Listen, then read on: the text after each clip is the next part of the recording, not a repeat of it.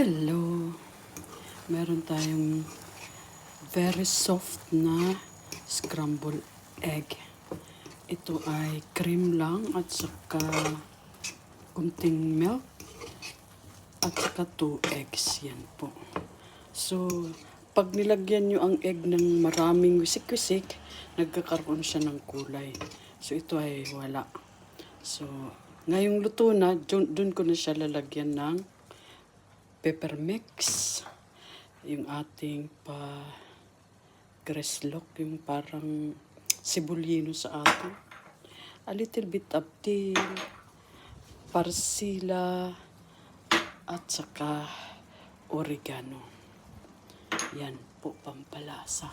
Minsan din nilalagyan ko ng asin.